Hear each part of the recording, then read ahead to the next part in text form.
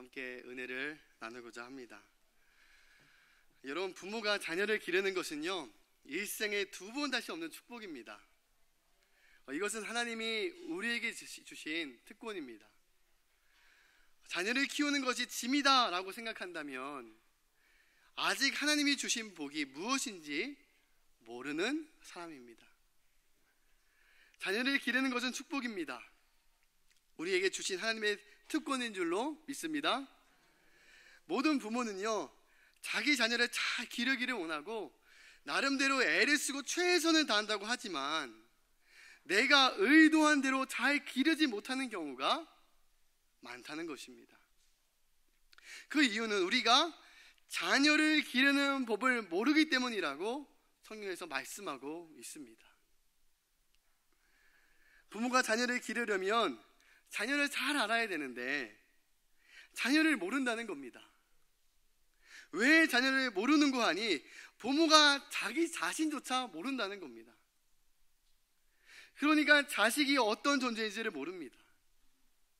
왜 부모가 자녀를 모를까요? 왜 부모가 자기 자신을 모를까요? 그것은요, 하나님을 모르기 때문입니다. 하나님을 모르니 내 자신을 모르고 자식을 낳아도 그저 자식이 어떤 존재인지 알지 못하기 때문에 제대로 키우지를 못한다는 겁니다. 오늘 한나라는 이 여인이 아들 사무엘을 어떻게 길렀는지 살펴보면서 오늘 우리 가정도 한나의 가정에서 자랐던 사무엘과 같이 우리에게 주신 믿음의 자녀들이 아름답게 하나님의 축복 가운데 자라는 역사가 나타나기를 바랍니다. 여러분, 한나는요, 아들 사무엘이 하나님의 것임을 깨달았습니다. 오랫동안 자식을 낳지 못하다가 자식을 낳으며 어이구 내 새끼 하면서 말하지, 어이구 주님의 새끼, 어이구 주님의 자녀라고 말하는 사람은 없습니다. 하나는 근데 깨달았습니다. 하나는요, 자식을 낳지 못하다가 하나님의 은혜로 아들 사무엘을 낳았는데 이 아들이 바로 하나님이 주신 하나님의 것임을 깨달았다는 겁니다. 그래서 20절에 말씀해 보면 때가 이름에 아들을 낳아 사무엘이라 이름하였으니 이는 내가 여호와께 그를 구하였다 함이더라. 한나가 사무엘을 기도해서 낳았다는 것은요, 그 사무엘이 어떤 특출난 아들이다, 특별한 아들이라는 뜻이 아닙니다. 기도해서 특별한 아이가 태어났다는 것을 말하는 것이 아닙니다. 그저 평범한 아들이었습니다. 한나가 사무엘을 기도해서 낳았다는 것은요, 하나님께서 이 아들을 주셨다는 고백입니다. 기도해서 낳았다는 고백입니다. 여러분, 우리가 자녀를 낳을 때 때로는 어떤 부모는요, 기도해서 낳은 자식도 있고요, 아니면 기도하지 않고 낳은 자녀들도 있을 겁니다. 기도하고 낳은 아이나 기도하지 않고 낳은 아이나 하나님 앞에서는요, 다 똑같습니다. 하나님이 주신 생명입니다. 기도하지 않았을지라도요, 하나님이 주신 하나님의 선물이에요. 하나님의 것입니다. 하나님 앞에 똑같이 사랑받는 생명일 뿐입니다. 때로는 죄를 지어서 낳은 자녀도 있을 것이고 때로는 부모가 원치 않은 가운데 태어난 자녀들도 있을 것입니다. 때로는 부모가 우리는 아이 둘만 낳아 잘 키우자고 계획했는데 불현듯 생각지도 못한 아이가 갑자기 들어서게 됐어요. 그래서 처음에 부모가 어떻게 반응합니까? 아이고 이 아이가 왜 생겼지? 마음이 너무 어렵다라고 여길 것입니다. 그래서 어떤 부모님이 자녀에게요, 야 너희 형 낳고 너는 안 가지려고 했는데 계획에도 없는 너가 생겨서 낳았다? 라고 말하는 부모도 있습니다. 원치 않고 불행한 일을 당해 자녀를 낳은 경우도 있습니다. 그러나 때로는 원치 않은 가운데 태어났을지라도요, 그 아이는 하나님이 주신 겁니다. 여러분 그것이 믿어지십니까? 아니 원치 않았음에도, 아니 불의 가운데 태어났는데 그 아이는요 그래도 하나님이 주신 거예요. 하나님의 생명이라는 것입니다. 여러분 그게 믿어져야 한다는 겁니다. 그것이 깨달아져야 된다는 겁니다. 하나님이 사랑하시는 생명이라는 것입니다. 하나님은 절대로 생명을 차별하지 않으십니다. 그래서 어떤 부모는요, 야, 나는 내가 원치 않는 자녀가 태어나서 내가 억지로 결국 결혼해서 내가 억지로 이렇게 올감했다. 그 자녀를 바라보면서요, 막 마음을 힘들어하는 부모도 때로는 있을지도 몰라요. 그러나 하나님의 보시기에는 똑같이 차별하지 않으시는 사랑하는 생명이라는 겁니다. 하나님께서 자녀를 주셨다는 고백은요, 하나님의 믿음의 고백이었다는 거예요. 그 뜻은 자식이 내 것이 아니라 하나님의 것이라는 고백입니다. 이 은혜가 임하시기를 바랍니다. 자식은요, 내 것이 아닙니다. 하나님의 것입니다. 여러분, 부모가 알아야 될 세 가지가 있다면, 첫째는요, 자식은 하나님이 주신 것이라는 겁니다. 부모가 자식을 낳자고 날짜 잡아서 낳는 것이 아닙니다. 상황이 어떻게 되든지 생명과 자녀는요, 하나님이 주신 겁니다. 시편 127편 3절의 말씀에 보면, 보라, 자식들은 여호와의 기업이요 태의 열매는 그의 상급이로다. 자녀는요, 하나님이 내게 주신 기업 중에 기업입니다. 그런 말씀입니다. 여러분, 이 말씀이 믿어지십니까? 아니, 내 회사가 내 기업이지 어떻게 내 자녀가 내 기업이야? 라고 혹시 반문하는 사람은 없습니까? 여러분, 명심하십시오. 자녀가 내 기업입니다. 내 인생에 주신 유업이 자녀입니다. 내 인생에 주신 상급이 딱 하나 있는데 바로 그것이 내 자녀입니다. 자녀는요, 하나님이 주신 상급이고요, 여러분, 그것을 우리가 알아야 될 줄로 믿습니다. 둘째는요, 자녀는요, 하나님의 것이라는 겁니다. 자녀는 하나님이 주신 것이며 자녀의 소유주가 하나님이라는 겁니다. 아브라함이 100세에 이삭을 낳았습니다. 이삭을 낳았을 때 아브라함이 애지중지하면서 귀하게 여기며 이삭을 키웁니다. 이삭을 키우는데 하나님이 내 아들 이삭을 내가 지시한 땅 모리아 산에서 제물로 바치라고 말씀하고 계세요. 그때 아브라함은 깨달은 겁니다. 무엇을 깨달았냐면, 이 자식은 내 것이 아니라 하나님의 것이구나. 만약 자녀가 내 것이라고 한다면 어떻게 하나님이 자녀를 바치라고 할까요? 아브라함이 깨달은 것입니다. 자녀는 하나님의 것이구나. 하나님이 원하실 때 언제든지 가져가실 수 있구나. 하나님이 원하시면 언제든지 자녀를 데려가실 수 있는데 그것은 자녀가 하나님의 것이기 때문에 하나님이 나에게 바치라고 말씀하시는구나 하는 것을 아브라함이 깨닫게 된 것입니다. 아브라함은 이것을 깨달아지게 될 때 억지로 순종한 것이 아니라 기쁨으로 하나님의 것이라고 고백하며 원하시는 대로 모리아산으로 갔다는 겁니다. 여러분들 이러한 경험 있으시잖아요. 저도요, 두 아들들을 키우면서 이러한 경험들을, 하나님 이러한 고백들을 철저하게 하시게 만드시더라고요. 또 둘째도 100일도 안 되는 상황 가운데 뇌수막에 걸려서 그렇게 어려울 때가 있었어요. 그리고 병원에 입원하다가 약을 먹는 중에 약이 목에 걸려서 한 몇십 동안 숨을 못 쉬는 그런 위태한 경우가 있었습니다. 그때 다급한 가운데 하나님 앞에 고백하면서, 하나님, 이 아들은 내 것이 아니라 하나님의 것입니다. 하나님께서 지켜주시옵소서라고 방방 뛰면서 기도했던 기억이 있습니다. 그것을 경험하면서, 하나님께서 원하시면 언제든지 내 자녀들을 데려갈 수 있구나. 이 자녀가 내 것이 아니라 하나님의 것이구나 라는 것을 철저하게 고백하게 하셨다는 겁니다. 여러분 삶 가운데도 이런 고백을 하나님께서 드려보신 적이 있으시죠? 여러분, 하나님께서는요, 이러한 것을 깨닫기를 원하세요. 자녀도 내 것이 아니라 하나님의 것이다. 내 것이라고 생각하니까 내 생각대로 내 뜻대로 좌지우지 하려고 하니까 계속 부딪히는 겁니다. 계속 불화가 생기고 계속 어려움이 생긴다는 거예요. 하나님의 것으로 인정하시고 맡기시기를 바랍니다. 셋째는, 자녀는요, 하나님께서 손수 기르신다는 겁니다. 부모가 기르는 것이 아니라 우리가 부모가 기르는 것이 아닙니다. 우리가 자녀를 기르기 위해 애쓰며 밥도 해주고 필요한 것을 막 다 최대한 채워주려고 해보지만 그뿐이에요. 우리가 자녀의 마음과 심령을 다 길러줍니까? 자녀의 인격을 다 우리가 길러줍니까? 우리가 자녀의 모든 아픔과 슬픔을 다 헤아려주고 다 채워줍니까? 아닙니다. 하나님이 기르신다는 겁니다. 그런데 문제는 무엇이냐면 하나님이 기르시고자 원하시는데 때로는 우리 부모가 방해가 된다는 거예요. 으로 기르시지 못하는 것입니다. 하나님이 기르시도록 맡기기만 한다 할지라도 하나님께서 분명히 기르실 텐데 우리가 때로는 내 생각과 내 가치관과 내 주관으로 말미암아 하나님께 우리 자녀를 기르시는 것을 때로는 우리가 방해할 때도 있다는 겁니다. 하나님께서 기르실 겁니다.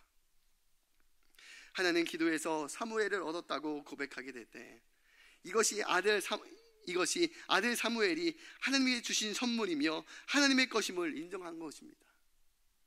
이것이 한나의 영적인 고백이고 믿음이었습니다. 하나는 이 아들 사무엘이 하나님의 것임을 깨닫게 될 때 하나는 그때 아들을 하나님 앞에서 자라게 해야겠다고 다짐했습니다.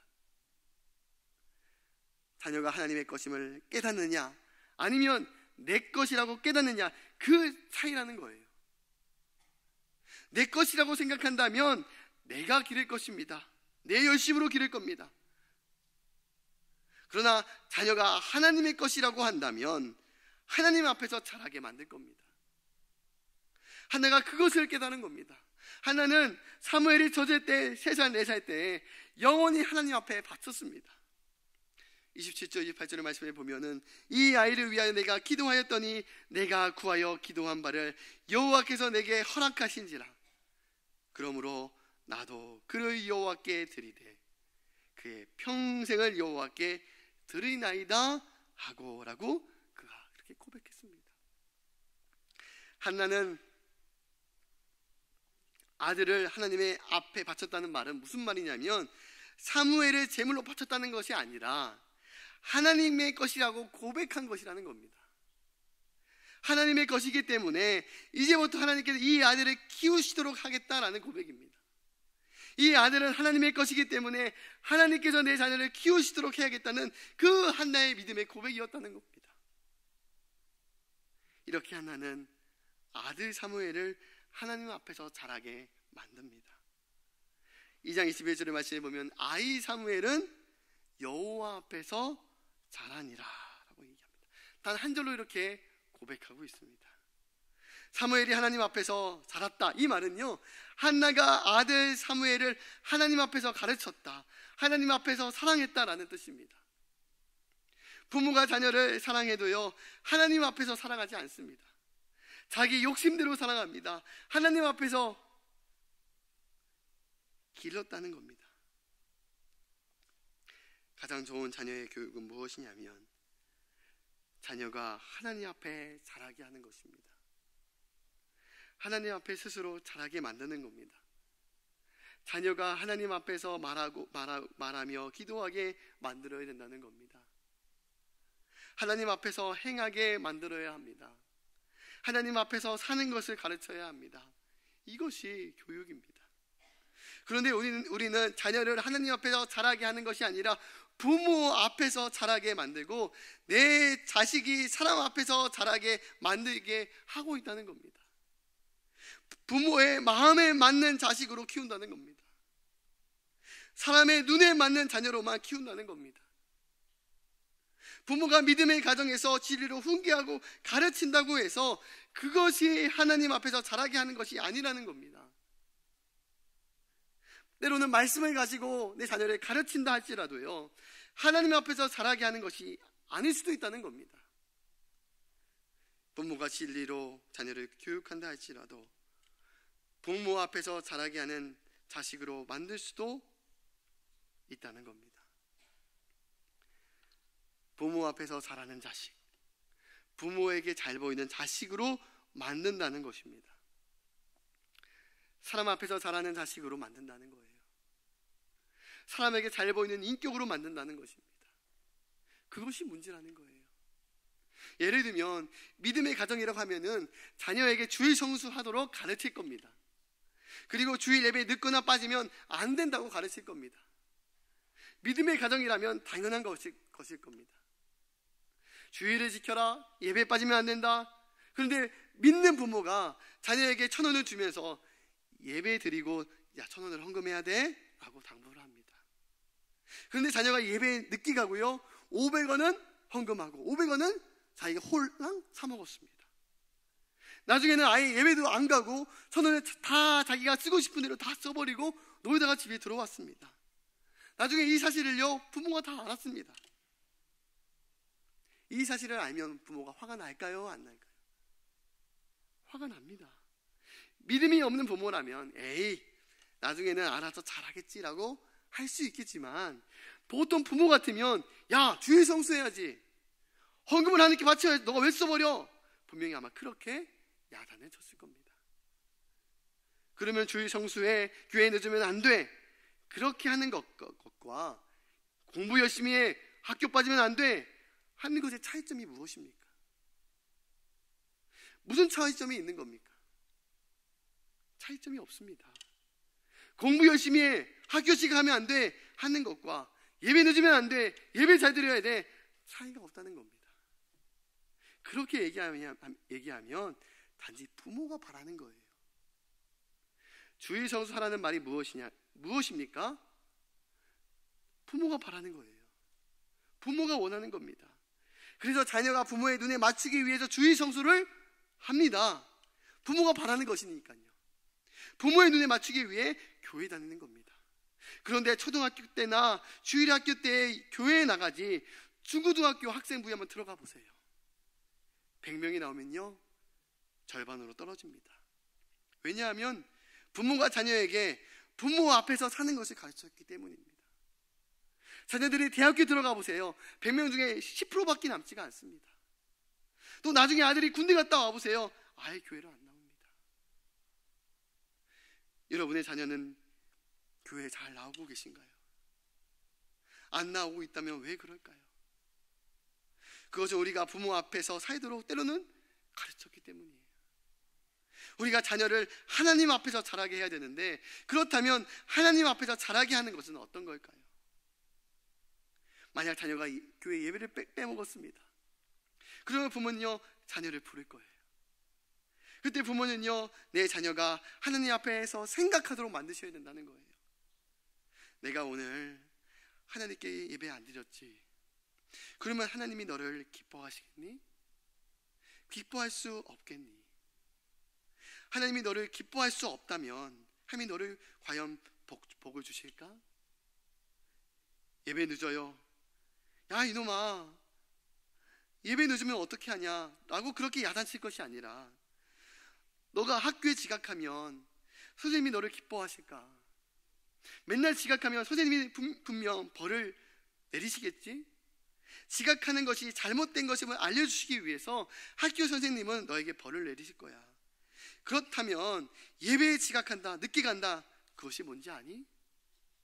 지각하는 것도 잘못된 건데, 지각하는 것은 너가 하나님을 가볍게 생각하는 거야. 그러니까 너가 늦게 가도 된다고 생각했겠지. 그것은 너가 하나님을 공경하는 것이 아니야. 하나님을 진실로 공경하지 않으면 하나님이 너에게 복을 주실 수가 없을 거야. 우리는 이처럼 하나님 앞에서 사는 것을 가르쳐야 된다는 거예요. 스스로 하나님 앞에서 생각하게 만들어야 된다는 거예요. 스스로 하나님 앞에서 하나님이 기뻐하시는 것이 무엇인지를 스스로 판단하도록 만들어야 된다는 겁니다. 저도 자녀를 키우다 보면요, 때로는 열이 받을 때가 있어요. 또 저의 마음 상태에 따라서 그냥 넘어갈 수 있는 일인데요, 자녀에게 큰 소리로 혈기 부릴 때도 있고요, 때로는 화가 나서 안 좋은 말을 쏟아낼 때가 있어요. 그러면 자녀가 상한 마음 가지고요, 방으로 들어가요. 펑펑 울어요. 여러분, 자녀의 마음을 상하게 하는 것은요, 때리는 것보다 더 나쁜 겁니다. 이렇게 상한 마음을 가지고 자녀가 방으로 들어가요. 그러면 그때 제가 자녀에게 찾아 들어가서 아들에게 용서를 구합니다. 너가 잘못된 것을 알려주기 위해서 내가 얘기했는데 내가 혈기로 아빠가 그렇게 잘못게 너에게 상처 주는 말을 했구나, 너에게 멸시하는 잘못된 말을 했구나, 아빠가 미안해, 아빠가 말을 실수했어, 용서해줘 하고 그렇게 얘기한다는 겁니다. 여러분, 자녀가 하나님 앞에서 사는 것을 가르쳐 주어야 한다는 겁니다. 여러분, 자녀들이 성장해 보세요. 예수를 안 믿습니다. 부모는 자식을 부모님 앞에서 살도록 만들면 안 됩니다. 만일 자녀를 부모 앞에서 살게 만든다면 자녀가 부모 앞에서는 부모의 뜻대로 순종하는 것처럼 행할 것이고, 부모가 안 보이고 안 계시는 곳에서는요 악을 행하고 자기 마음대로 살 것입니다. 이것은요 다 똑같아요. 우리도 부모 앞에서 잘하는 것처럼 하고, 부모 앞에서는 공부를 때로는 하는 것처럼 하지만 부모가 안 보이면요 다 딴짓할 때가 많이 있었잖아요. 원래 사람은 다 그렇습니다. 보이는 곳에서 잘하고요, 보이지 않는 곳에서는요 딴짓합니다. 만일 자녀를 부모 앞에서 살게 만든다면 부모 앞에서는 때로는 자녀가 하는 척해요. 근데 부모가 안 보이면요 악한 길을 걸어갑니다. 왜냐하면 자녀들이 그렇게 살 능력이 안 되기 때문이에요. 부모의 말을 따라 살 능력이 안 된다는 겁니다. 사람은 선생님 말도 따라 살지 못하는데 어떻게 부모의 말을 따라 살 수가 있을까요? 절대로 못 삽니다. 못 따라가는 겁니다. 만일 자식이 부모의 눈에 맞춰서 행동하지 못합니다, 부모의 뜻에 맞춰 따라가지 못합니다, 그러면요 자녀가 어떤 마음을 갖게 되냐면, 나는 부모의 마음조차 기쁘게 해드리지 못하는구나, 부모의 말대로 살지 못했구나, 그러면 자기 자신에 대해서 실망하게 된다는 거예요. 아휴, 내가 부모의 뜻대로 살지 못하는 정말 쓸모없는 인간인가 보다, 스스로 자괴감에 빠지게 된다는 거예요. 그러다가 나중에는요 모든 것을 다 포기해버려요. 자기 자신의 방위만으로 방치해버립니다. 이것은 자녀가 부모 앞에서 살게 될 때 치명적인 모습이라는 거예요. 자식은 부모의 기대치에 따라가지 못하면요 실망하다가 못해서 부모에게 반항을 합니다. 감당할 수 없을 정도로 반항하게 됩니다. 부모에게 등을 돌리게 될 겁니다. 그것은 우리가 자녀를 사람 앞에서 자라게 만들었기 때문입니다. 공부를 얘기하는 것이 아닙니다. 인격을 말하는 겁니다. 하버드 대학교 로렌스 콜본 박사는 사람의 도덕적 판단이 세 수준으로 나누어진다고 말하고 있습니다. 첫 번째는 인습 전 판단, 두 번째는 인습적 판단, 세 번째는 인습 후 판단이 있습니다. 인습 전 판단은 무엇을 말하냐면 모든 것을 자기 중심적으로 생각하고 판단하는 거예요. 내가 좋은 것은 선한 것이고 내가 나쁜 것은 악한 것이다 라고 판단하는 것입니다. 기준이 다 그렇다는 거예요. 내게 이익을 주면 그 사람은 좋은 사람이고, 내게 이익을 주지 않으면 그 사람은 나에게 나쁜 사람이 되게 된다는 거예요.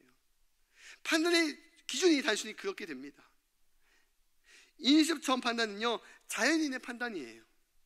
인성의 교육이 제대로 되지 않아서 그래서 태어난 대로 사는 자연인의 도덕적 판단이 그렇다는 거예요. 대표적인 사람이 바로 어린아이입니다. 어린아이들은요 모든 것을 자기 관점으로 봅니다. 어린아이는 자기 감정에 충실합니다. 어린아이는 다른 사람의 감정을 이해하지 못합니다. 아버지, 어머니, 형제의 감정을 잘 이해하지를 못합니다. 어린아이가 다른 사람의 감정을 잘 이해하지 못하는 것은 지능이 부족하기 때문이 아니라 이 어린아이는 도덕적 판단 기준이 자기 자신이기 때문이에요. 모든 옳고 그름의 기준이 바로 자기 자신이기 때문에 그렇습니다. 그래서 그렇게 판단하는 것입니다. 그런데 문제는 뭐냐면 어른에게 그러한 모습이 나타난다는 거예요. 장성했음에도 불구하고 어린아이처럼 행동하는 것이 문제라는 거예요. 어른인데, 몸은 어른인데 자기 감정에만 충실해요.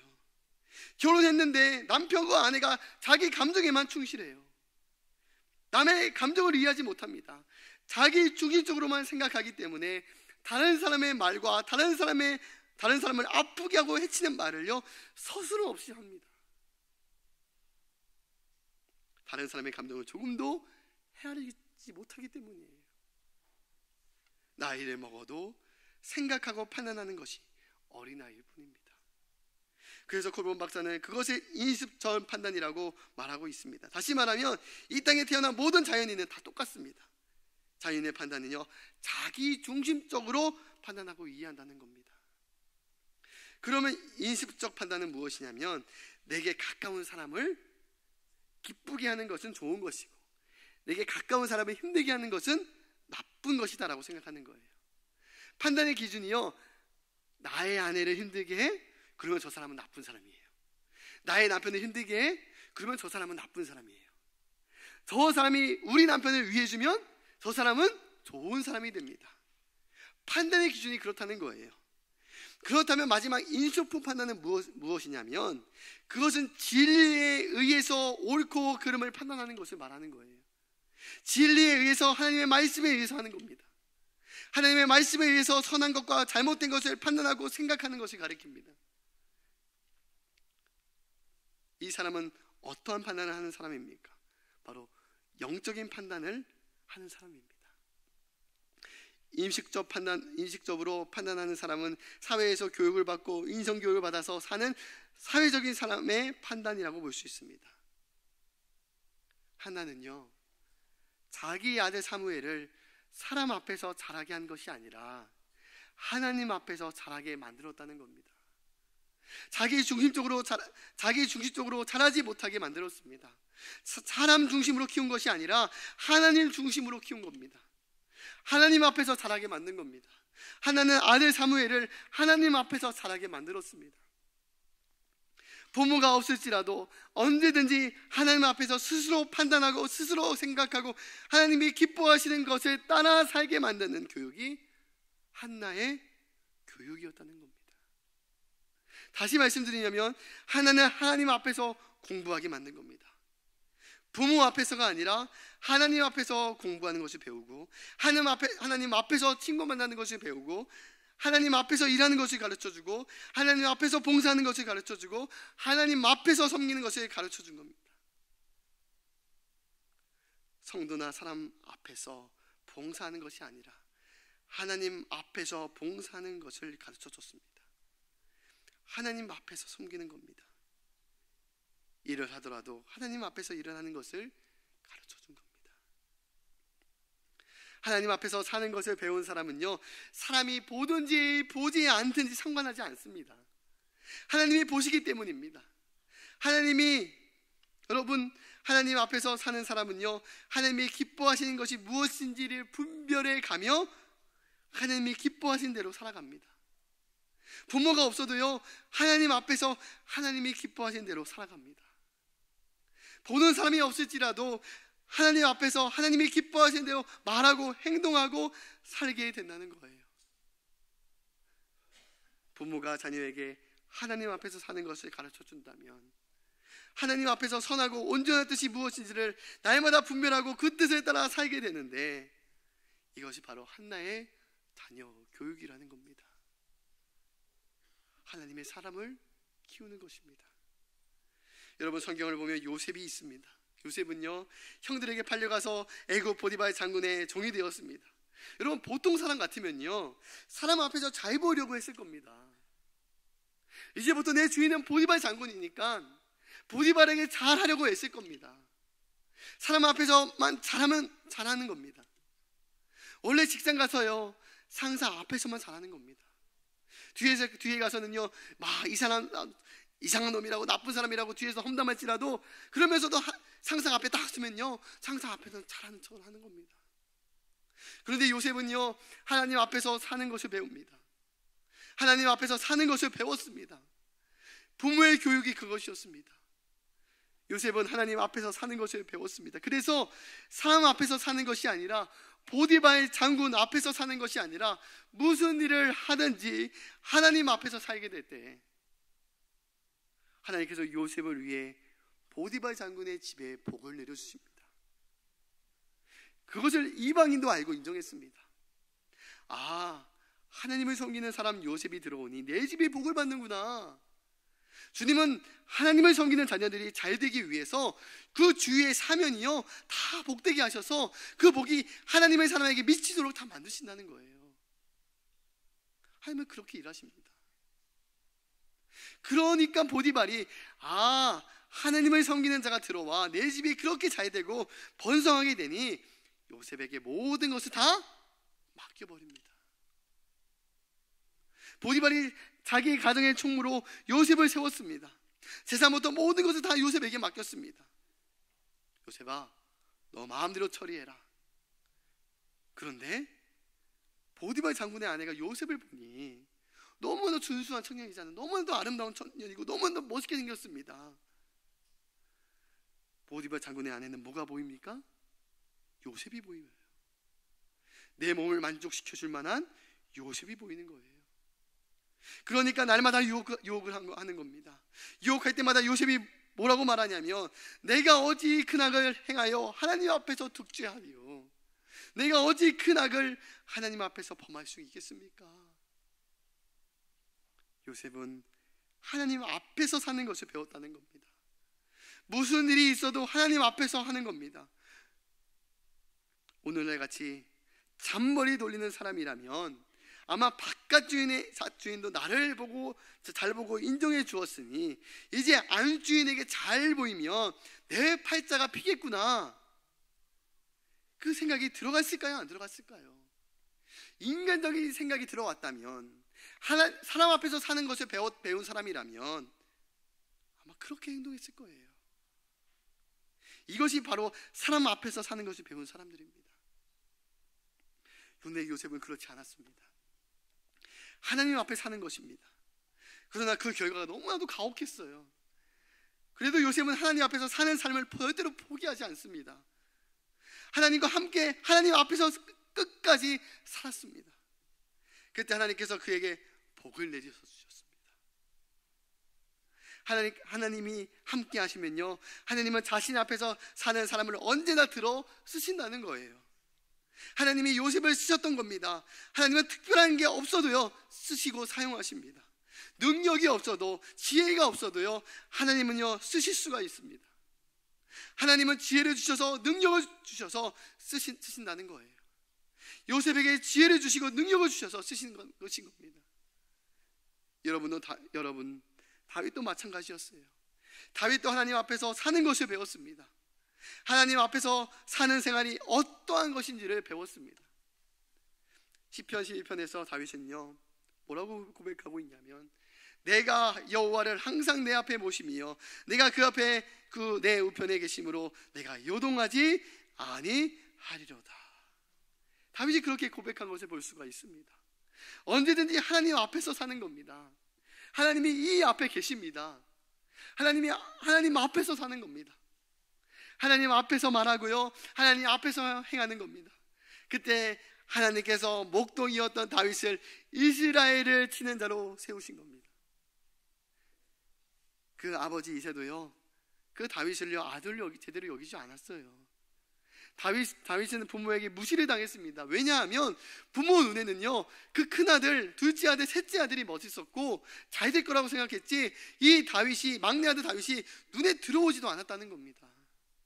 그래서 사무엘이 이새의 집에 와서 왕으로 기름 부을 자를 찾으려고 했을 때 이새의 모든 아들은 다 보았지만 끝내 찾지 못하고 말았습니다. 그때 사무엘은 이새에게 더 이상 아들이 없느냐라고 물을 때 그제서야 이새는 사실 막내 아들이 있긴 한데 그는 양이나 치는 그런 허접한 사람입니다 라고 고백한 겁니다. 다윗은 부모에게 그런 아들이었어요. 그러나 하나님은 다윗을 양 치는 자에서 이스라엘을 치는 자로 세우신 겁니다. 이스라엘을 다스리는 자로 세우신 겁니다. 무엇 때문이었습니까?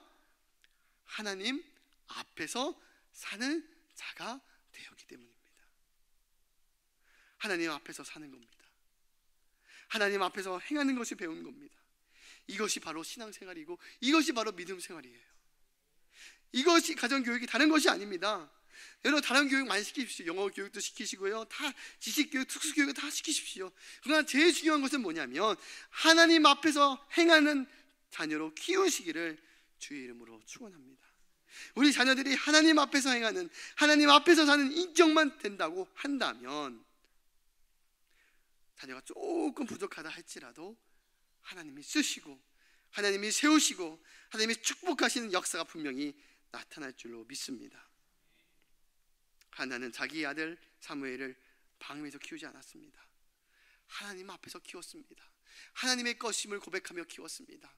하나님께 기르실 것을 고백하며 하나님 앞에 맡겨드렸습니다. 사랑하는 믿음의 백성들이 이 한나의 고백이 우리의 고백이 되어지기를 원합니다. 하나님, 내 자녀가 내 것이 아닙니다. 하나님의 것입니다. 하나님께서 기르시옵소서. 하나님께서 이 자녀가 하나님 앞에서 사는 법을 배우게 하여 주시옵소서.